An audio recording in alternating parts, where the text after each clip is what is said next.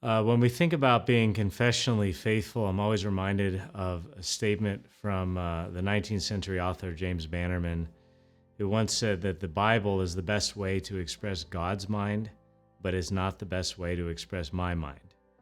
And what he means is that it's very easy for two people, let alone 20 people, to quote the Bible and say, I believe what this says, Jesus Christ is the Son of God, for example, but perhaps give 20 different meanings on what they think that means and what Scripture intends by a phrase like that.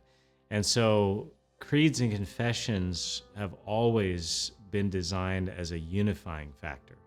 So in other words, it's not just a negative factor of defining ourselves as opposed to false teaching or heretical teaching, but taking a positive step forward to saying, what do we confess with one mouth, with one heart, with one voice?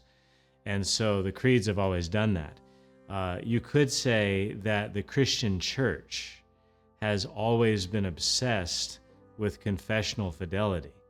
If you think about the Nicene Creed, for example, whether or not we had the word homoousios versus homoiousios at one point in history made the difference between confessing the deity of Christ or making Christ something less than God.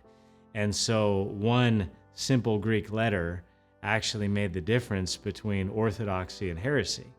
And so if somebody was confessing the Nicene Creed, let's say in the early 5th century, and one person said, I believe, and the next person said, I generally adhere to, you would suddenly wonder, what do you generally not adhere to? So when we're talking about confessional fidelity, the nature of confessional documents has always been to unite people who voluntarily subscribe to this set of creeds, this set of confessions.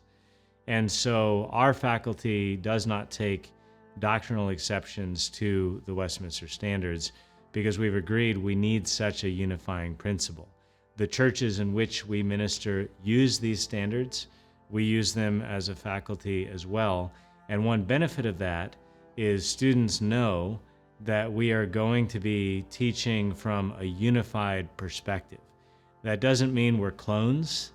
That doesn't mean that we don't have lesser disagreement on lesser things, such as the nature of the millennium and other things along those lines. But it does give confidence that though we believe more than what's in the Westminster Standards, we don't believe less than what's in the Westminster Standards. And it's always been vital in the Christian church, whether in the early church or Reformed churches, but for that matter, Lutheran churches and even the Roman Catholic Church, confessional fidelity has always been an essential means of unifying a body of people in what they think the Scriptures teach, or ultimately Christ teaches. And I know some of those other groups have different principles as far as how they answer those kinds of questions. But we need a unifying factor to give us a voice to say, yes, we think with our forefathers, this is what Scripture teaches, and this is what we want to positively promote and inculcate here.